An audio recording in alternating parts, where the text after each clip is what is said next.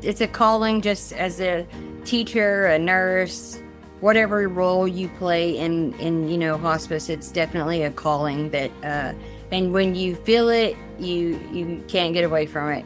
There's nothing like it. And I fortunately I hit the jackpot because not only do I work with hospice, I get to work with veterans. So I feel like I really hit the jackpot. Welcome to the Heart to Heart Hospice podcast, where compassion meets expertise and care goes beyond the expected. Here, we open the door to a world of understanding, where hospice care isn't just for the last moments of life, but is a journey of comfort, support, and dignity. On each episode, we'll dive deep into topics that matter most to patients, families, and communities, from the essentials of hospice care to the incredibly powerful stories that inspire Heart to Heart's exceptional mission. Founded on a commitment to holistic, patient-centered care, Heart to Heart Hospice stands apart as a privately held company that prioritizes compassion over profits, ensuring every patient receives the personalized attention they deserve. So whether you're here to understand more about hospice care, to support a loved one, or to learn about the impactful work behind the scenes, Heart to Heart Hospice is here to support you. Welcome to the Heart to Heart Hospice podcast. Hello, listeners. This is MJ Durkin, the host of Heart to Heart Conversations on the Heart to Heart Hospice podcast. We are really glad that you have joined us for this episode of the podcast. We have a really great guest for you today. Her name is Schana Rosales. Schana Rosales from East Texas. How are you today? I'm doing well. How are you doing? I am living it up. I am feeling good, and I am very Are you invest. burning up? Because I know I am. Well, you're in Texas. I'm in Connecticut, so we're not as hot as you are there, but we've had our share of some pretty warm weather this summer. So we're all getting through it, right? Whatever we've got in our neighborhood, that's what we deal with, right? That's right. I like it. I like it.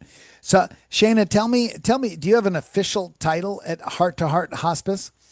I do. A year ago, I got a promotion, and my new official title is I am the Director of Veteran Services and Education. Technically, I'm over the state of Texas, but I kind of cover Oklahoma, Indiana, kind of kind of branching out to the whole company. Our veteran movement is going in that direction, so I'm super excited. Okay, excellent. So tell us, so how long have you been with Heart to Heart Hospice now? I've been with the company for 3 years. I have been in healthcare marketing for over 15. I did home health for a really long time and just didn't feel fulfilled, really, honestly. And we had a hospice experience in our family, and I fell in love with how involved you get to be with the families and things like that, and what hospice did for my family. And within 30 days of my grandpa passing away, I jumped into hospice and haven't looked back. It's a very common thing I notice with the Heart to Heart Hospice teammates that they often, from the very first interview I did with the Reverend Doctor Hempel, Brandon Hempel, he had a wonderful experience with hospice with his own father, and that had given him a love for, the what hospice could do, and he pursued that, and I hear it a lot from the teammates here, and interestingly enough, I had a wonderful. I always called the hospice people that helped me with my father's passing. They're just the angels of hospice. So it seems to me that a lot of the people that you work with, a lot of your teammates at Heart to Heart Hospice, they've been called to this work on a pretty deep level.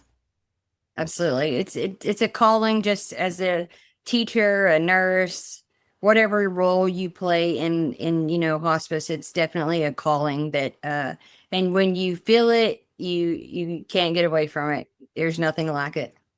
And I fortunately I hit the jackpot because not only do I work with hospice, I get to work with veterans. So I feel like I really hit the jackpot. All right. So now I want to ask you about that. So now we know from your grandfather, there became the love and the interest in working with families. Where does your tie in or your connection come to veterans? How did that happen? Okay, so it's not fair for me to even start this without telling you about my very favorite veteran. Um, he is retired out of the Air Force, and I always get his whole ranking wrong. So please do not hurt me, Uncle Dan. I love you to death. We share the same birthday, so that's he's already a favorite. But he is a retired first class master sergeant. I know I'm missing something in there, but it is a big title and it was a big honor. And so and then his my other uncles, my mom's stepbrothers, they were veterans. But as far as immediate family goes, I don't really have any veterans. My grandpa on my mom's side, he was a veteran. And I remember as a young girl, as a cheerleader in high school, we would put on these Veterans Day programs, and I would parade them in, walk them to their seat. And it wasn't until I became a mom and a wife, and I get teary eyed. I'm sorry. I didn't understand. I didn't understand the sacrifices that came along with what they did, and not just the sacrifices that they gave by laying down their lives, possibly, but the sacrifices of family. I travel full time now, covering so much territory, and it's nothing compared to what they did by any means, but it means a whole lot more to me now than it did back then.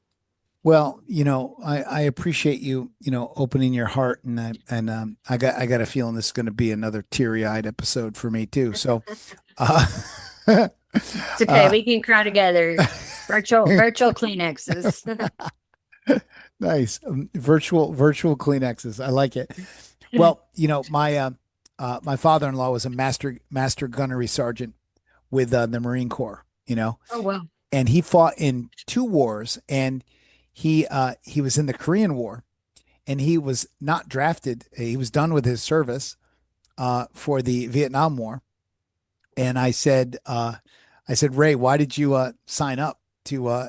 He volunteered to fight for 4 years in the Vietnam War, and he said, my brothers were going to war. We had to go with it. We had to go with each other. So Yeah. he did his time in Korea, and then he was a master gunnery sergeant in Vietnam. So the brotherhood and the sisterhood of the armed services is a pretty strong united thing. It's like I drove a Jeep for a while and there's like the Jeep thing, everybody waves at each other, they duck a Jeep. It Right. like I'd never experienced anything like that. And to get to sit back and watch veterans interact with each other, I've seen, almost dying veterans treat young, active veterans or, with the utmost respect. And it's the most beautiful thing to see how even though against the different branches they go back and forth with each other, but at the end of the day they know they're on one team. And I just think that is something really special. Yeah, I like it. So, Shana, tell us about the basically you're in charge of the veterans program at each Heart to Heart Hospice location. So, talk to us about what that means for the actual hospice benefits that veterans can access, and then some of the, let's call it, the extracurricular things that tell us about your deal with Heart to Heart Hospice. I want to hear this thing. Okay, so the way that it's only fair that I tell you the backstory. I was just in marketing for a different company, and they wanted to interview me for just a marketing position. Heart to Heart is kind of like the Cadillac version of hospices where I'm from. So I was just honored that they wanted to interview me.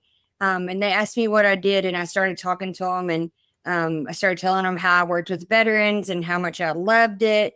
And they were just so excited to hear, my passion about veterans, and that it takes a lot of work to gain the trust and everything, even in the local communities, but much less on a bigger platform, to be able to work inside those VAs and things like that.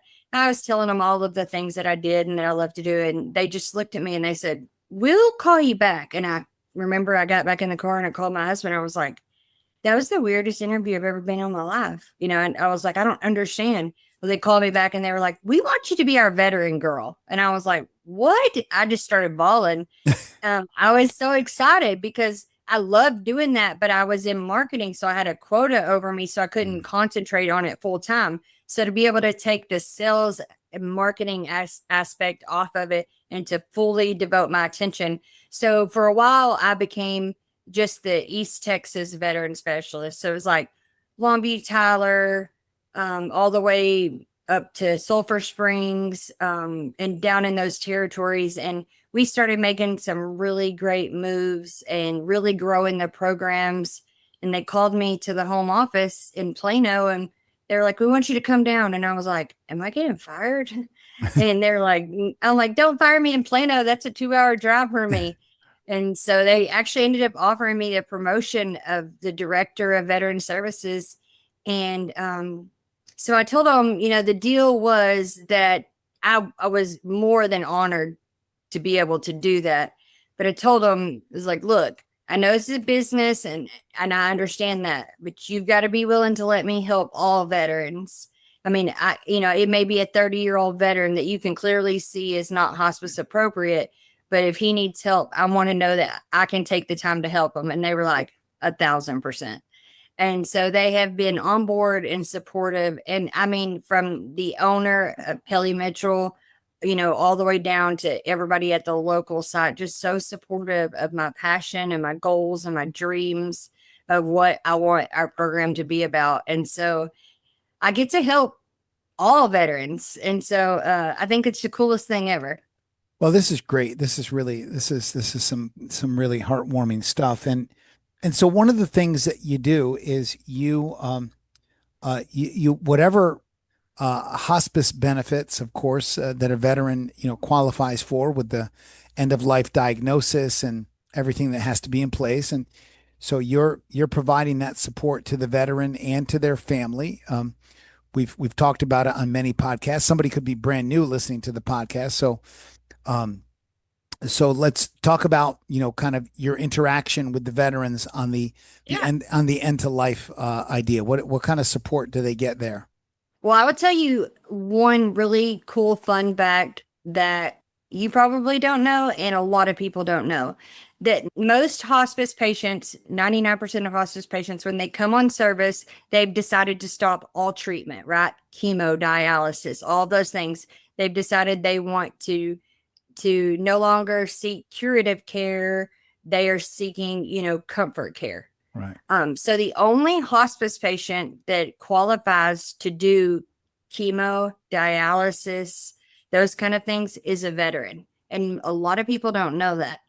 Now there's some ins and outs and some legalities of all that we don't have to get into, but basically it's called concurrent care.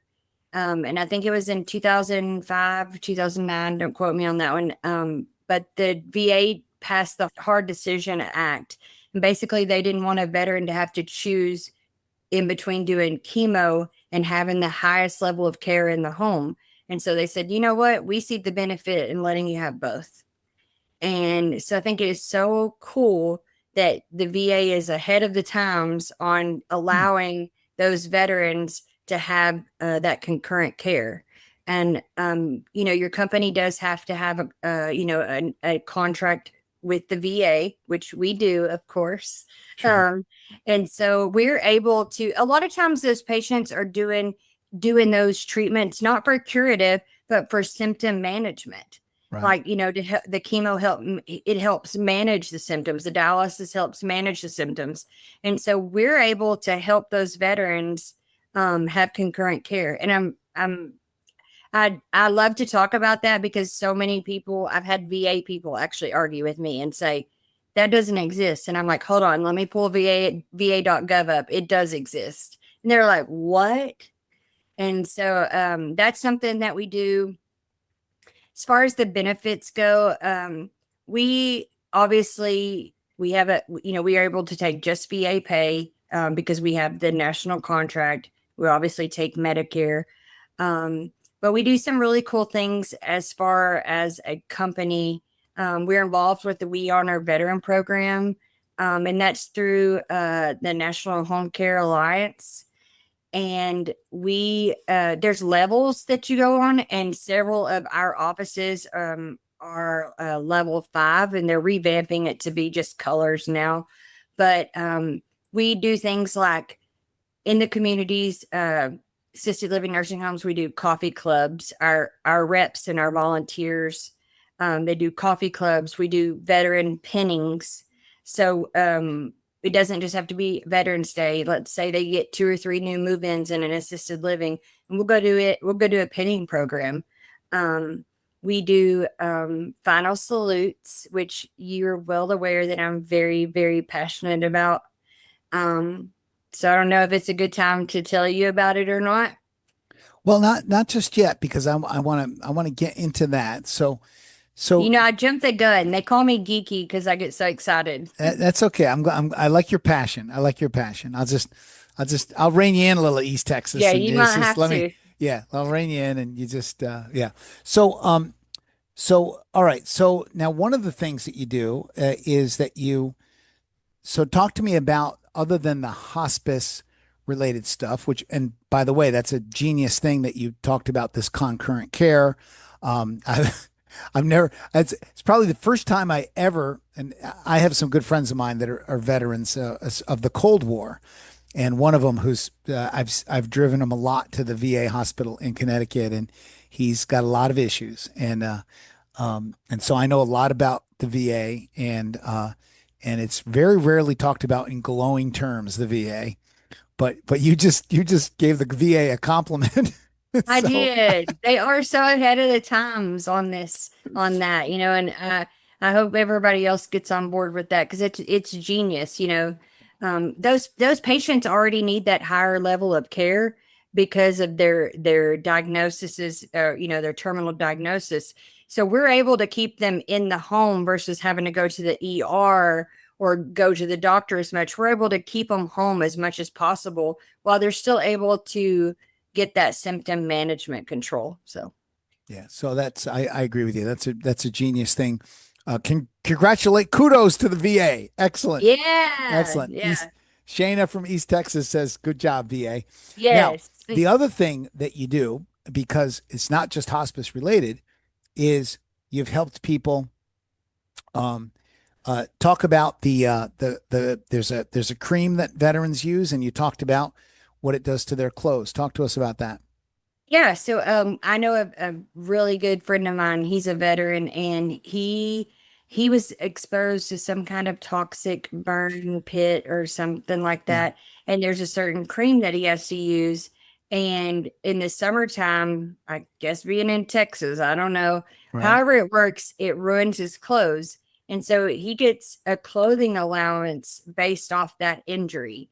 And here's what I figured out about the VA is that it once we get one circle filled, we can fill so many other off that one circle, but we got to get one filled first. I Mhm. think so many times people are doing working on so many circles, they want service connections for this, this, and this. And I'm like, if you'll just let me focus on one, I Right. promise you, when I get you that one filled, Mm, I can mm, branch off there so much. right. Just and like for instance, there's so many things um like the PACT Act. A lot of people don't know about the PACT Act, and I was explaining. Um, and that's something that I like self-educate on because I can be a better resource to the veterans that need me, whether they're hospice appropriate or not, about all of the benefits, knowing that those presumptive diagnoses, you don't have to prove, you know, you have it because they match the presumptive diagnosis with the time served, and so then you can get that that service connection or that compensation or whatever you qualify for. We actually found a family living behind our office in Longview, and come to find out, um, try not to cry. I'm sorry. Don't be sorry about crying. But they had daughters my age.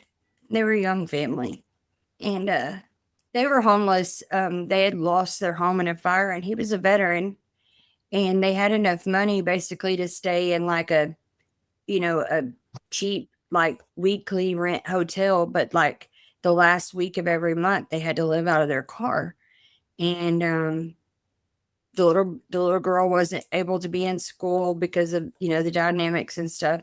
And it just really hit home for me because they were, he was my age, but those babies were my baby's age. Mhm. And so we found them literally in the backyard of our office. And um, I'm so grateful for the connections and the passion of other people. We picked up the phone, and within 2 hours, we had them placed in a hotel for 30 days. Um, we had the social workers they're basically the social workers for like the homeless, or you're in jeopardy of being homeless. We got them out there. We got immediate housing approved for them. My office personally in Longview, Texas, I mean, they didn't have anything other than what they could fit in their car. I mean, we had that whole apartment furnished. Um, and then we were able to use that social worker from the VA and say, hey, why are you not able to make it? What are we missing here? And so it's not about, I'm a girl mom and I'm not clinical and I can put band-aids on things and kiss boo-boos really well. But when it comes to my veterans, I don't want to put band-aids on things. I want to Mm. sew it up and fix it, if that makes sense. And so it's getting in there. It's not just, going and making a big show and posting all of these things. And that's great that you're helping people, but let's figure out why they can't make it. One guy that we helped, he was facing homelessness, and the same nonprofit provided him like 3 months of rent. We sent a social worker out. Come to find out, he literally did not have his driver's license. That's why he could not cash his VA check. So we reached out to a local, like it's just like a local company and they went and took him to get it. He got his driver's license, and he's living happy now. And so I think it's really cool that Heart to Heart sponsors, and our foundation has come in and helped with things. But it's more than it. There's more to it than just thinking a veteran. And that's what Yeah. I've learned in this position. That's the start. And that's where I've started my girls off at, as normalizing that, making it a normal thing. And even my family, I'm a daddy's girl, and my dad's like, I just see one and I just think him automatically now. And so there's so much more to it than just thanking them, though, because Yeah. they're the most underserved population of group of people out there. Like Yeah. I'll argue with the wall about that. Well, their sacrifices have been huge, and they get forgotten. And I like what you said. There's a lot more to it than just thanking them. We always hear that phrase, "Thank you for your service." Thank you for your service. I like to say to the veterans, I like to say to them, "Thank you for protecting us. Thank you for protecting us." I don't go, "Thank you for risking your lives," or I don't go too dramatic, but I I will. know. I will say thank Be you for careful. You have protecting to be us. careful not to trigger, Right, PTSD is a right. real thing. I think a couple of times I just said, when I've been pinning a veteran, just tell them, thank you for your sacrifice. Yeah, sacrifice. Because That's a good for way to say it. me, Yeah. the sacrifice word hits so, Mm, and I got teary eyed a while ago. Being away from my girls when I travel during the week is so hard on me. They're mm. young, and I know this is my calling, this is my passion. I love what I do. And so I know that, I know I'm doing it for a reason, but to know that you are waking up and you're laying your life down for people you don't know. I mean, I get the pleasure of making that sacrifice for my family, and the return is I'm getting a Right, paycheck and providing a living, right? right. Hmm. But that they were laying their lives down for people they didn't even know. Mm. So That's a good the point. sacrifice is the word sacrifice just has a whole new meaning to me. I like it. I like it. Let's talk about the true burial flag that Heart to Heart Hospice provides. Talk to us about, first of all, tell us what it is, and then how it's used Yeah. and how you do it. So part of We Honor Veterans, one of the final things is called a final salute. essentially what it is that we want the veteran to leave their final resting place, whether it be a hospital, whether it be a nursing home, their home, an apartment, an assisted living, wherever, wherever it is. What we do is we purchase for our patients for as of right now is the way that we're doing it because we've launched it fairly new as I go site to site because every site runs a little bit different, so we have to get the dynamics right. But so basically, what it is that we purchase a true burial flag, um, which can range anywhere from $50 to $75. It is a very beautiful flag. It's the true flag that the family receives at the post office with the death certificate, and we get the honor of draping that veteran um, over them as they leave their final resting place. It's such an honor to be in end of life care with veterans, but just to my husband calls me extra. He always has. So I'm a little bit extra. So getting to add that extra piece in there um is is probably the truly the thing that I do the most that has brought the most joy and tears and all of the emotions you can think of is when I've gotten to place that flag on that veteran. And then in hospitals they'll do like code red, white, and blues. And then they get to go all the way down their halls, and the halls are lined. And then they're also draped with that beautiful flag.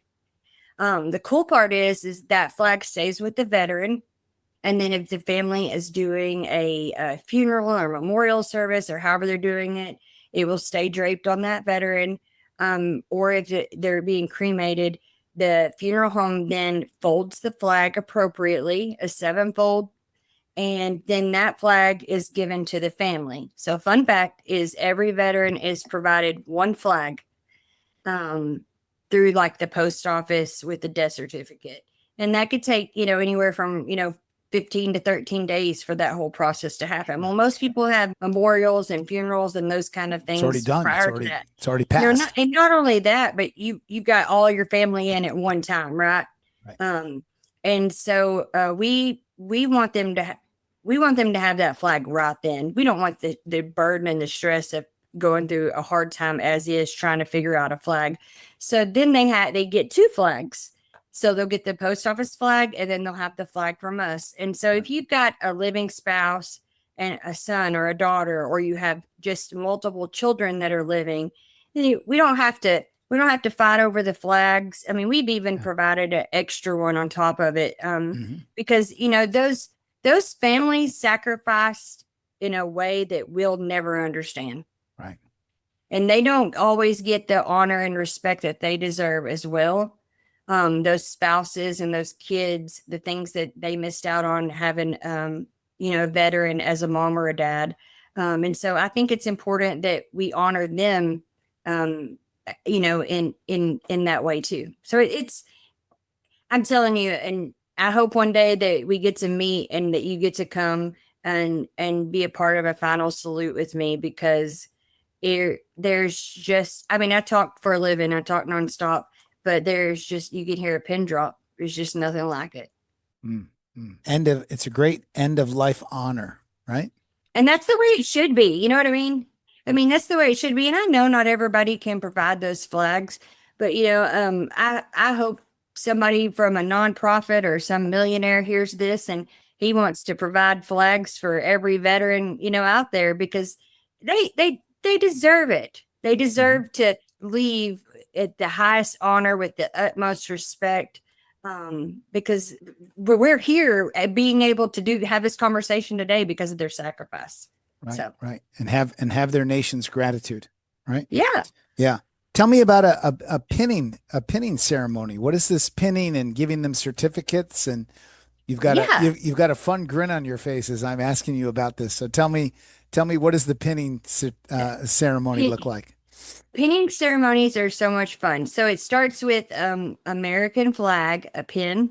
Yeah. And you can do like like not too long ago, we had a patient who was on life support, and they were a very, very close family, and all the family came in. So we actually did a bedside pinning with the family present, um, and then presented him with certificate. And it's a way to honor him, honor the family. And it also helps. I told you this earlier. It really helps to start taking the step in the direction of what's next, what's coming next, you know? But pinning ceremonies are so much fun. This past Saturday, we did an event in Canton, Texas with the Van Zant County BSO. And I think we pinned close to 50 veterans. And I had my mom, my dad, my husband, my two girls, my sister, and then my employee. We were all out there. I had everybody pinning veterans because we had so many.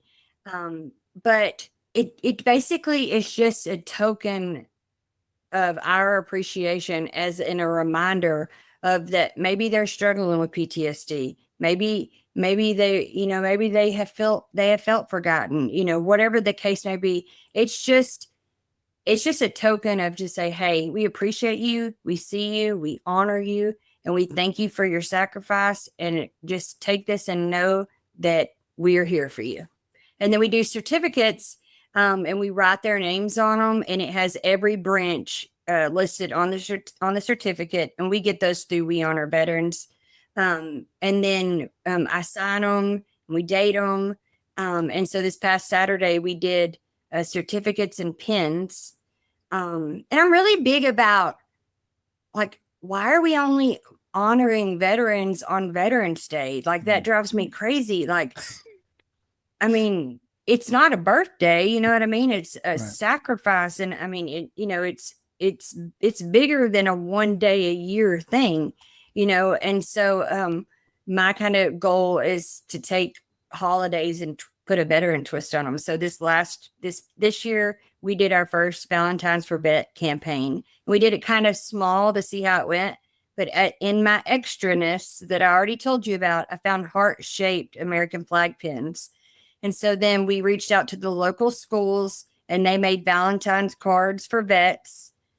And it was so Now you're special. kidding. Now you're kidding. Now you're killing I'm me telling now. you, I have the coolest job in the world. I truly do. Um, You finally got and me. You finally made me break with little kids in schools making uh, Valentines for veterans. Holy smokes. yes, yes, Oh my yes. gosh. And I'm all about that. Like, like the Valentine's for Vets, finding ways to turn special things into a veteran based event. Valentine's for Vets, I mean, we did an event up in Gilmer for 4th of July, and we were giving away these t-shirts. I'll have to send you one. And Yeah. it says something about think of better. It says heart to heart hospice on it. Well, I had a bunch of them. We were handing out t-shirts. I don't know if you ever worked at an event table, but if you're handing out t-shirt, your table's It's hopping, crowded. Yeah, right? yeah, It's crowded. yeah. So the deal we made was, okay, you can have a t-shirt, and it does. They're like, how much does it cost? And I said, here's what it costs you. I've got these blank American flag, like just like cards that open up. Write a veteran a thank you note. And when we do a bedside pinning, or when we do a pinning ceremony, I keep those with me, and I hand them a random thank you card from I don't know from who, Yeah. I don't know who it's from. I know the day that I come across my girls from their schools, when I read it to them, I'm gonna lose it. Yeah, yeah. Yeah. But you wouldn't, they were like, we'll write one. And so they started writing. And right now we're doing a project of, like in the nursing home and assisted livings in East Texas, we're doing wall of honors that way that all of the veterans pictures that live there will be showcased. And we're taking that on. My employee is kind of heading that up here in East Texas. So I'm so proud of Dennis, and he's a veteran too, so I'm super proud.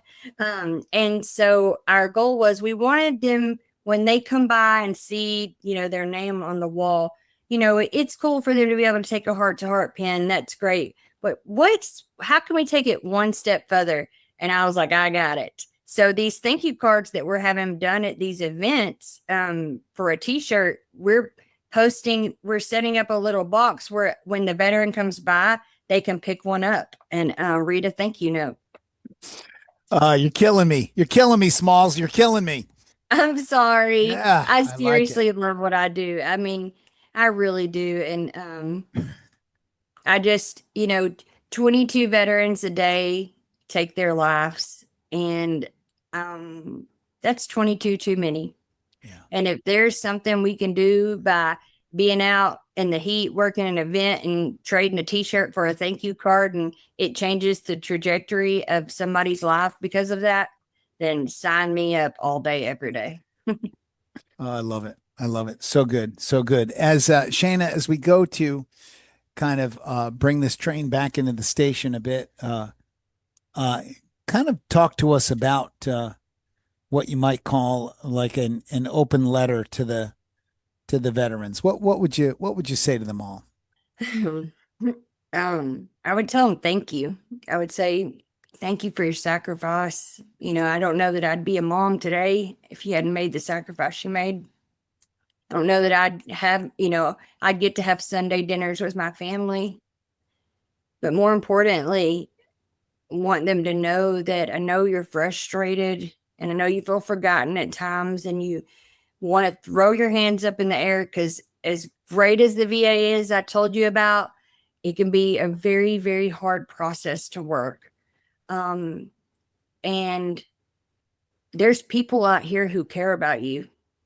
Um, and share my email, share whatever. And if they need me, email me. If I can't do it, I'll find somebody that can do it.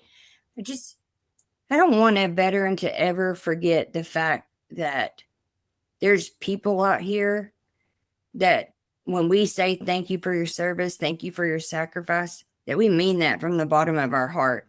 It means more to me than what that one little line is saying. I want to encourage them to not give up. Keep as hard as you fought to get through basic, as hard as you fought to get through those wars, fight that hard for what you deserve in your benefits. So many veterans I run across, well, I didn't, I only did this. And I always get onto them and kind of, you know, I'm really sweet about it. And I'm like, don't say that. You know, you sacrificed and signed up to do whatever. So as hard as you fought for to get through basic and to learn your job and to get your ranks higher and all these things, fight that hard for what you deserve now. And if you need help, then let's get you help. But you deserve those benefits. The Hazelwood Act in Texas. So many people do not understand that if they signed up and enlisted in Texas, they are entitled to college, a certain amount of college hours, and they can give that to anybody in their family. Mm. I mean, there's so many benefits out there like that vary state to state. Um, there's far too many benefits out there for us to have homeless veterans. I met a guy Saturday, and I have to get you his name because you have to get him on the podcast. You gotta help me get the word out. He just started a nonprofit, and they ride motorcycles, and he said, my goal is for a veteran's ashes to never have to go through USPS again. Okay. I was like, sign me up. Where do I send my check to?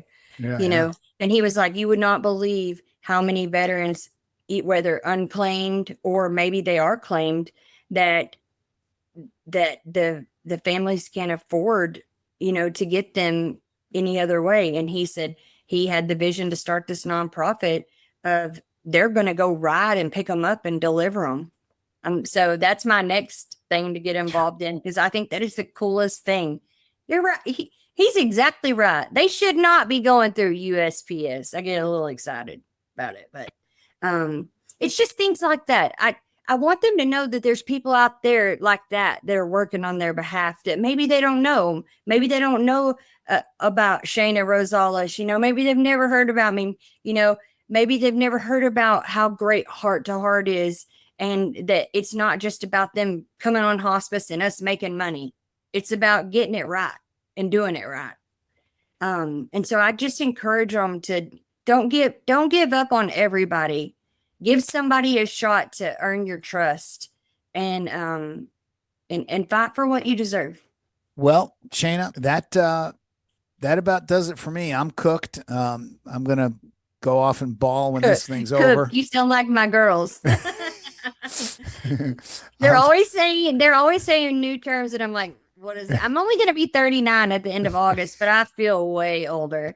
It seriously has been a pleasure. I hope that I made some sort of sense about what we do, our passion, um, all of the things. We are working on getting all of the events that we do and the pictures uploaded because I want people to see what we're out there doing so that they not just come be a part of it, but if they want to donate to the foundation, because like our foundation is the one who's paying our sponsorship fees for us to be a part of these huge events.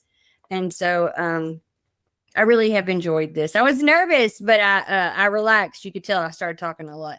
yeah, you did. You did it. You did a great job. So thanks so much, Shana. We really appreciate it. To everybody listening, it's going to choke me up to say this, but um, we hope that you haven't forgotten these veterans. Don't forget them.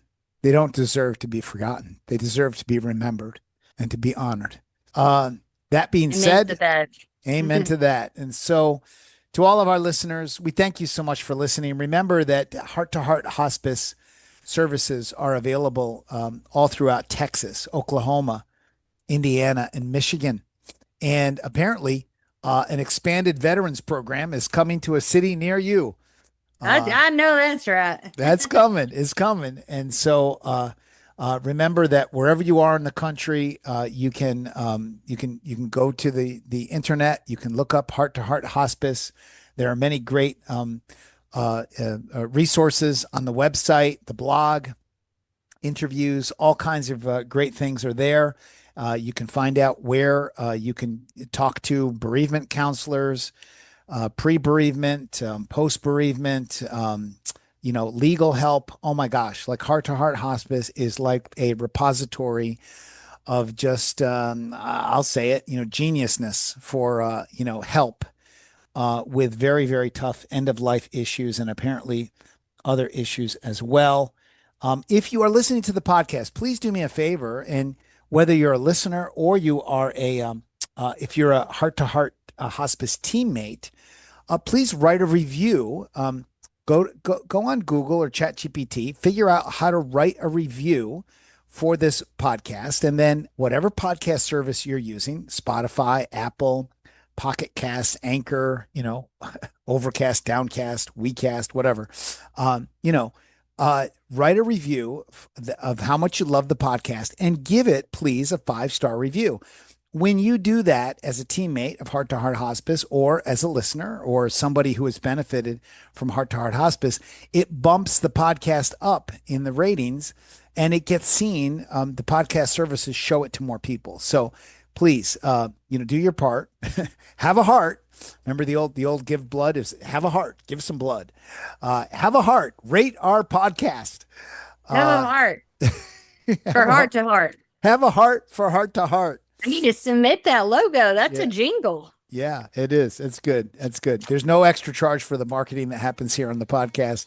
Thanks everybody for listening. We'll see you on the next episode of Heart to Heart Conversations, brought to you by the Heart to Heart Hospice podcast.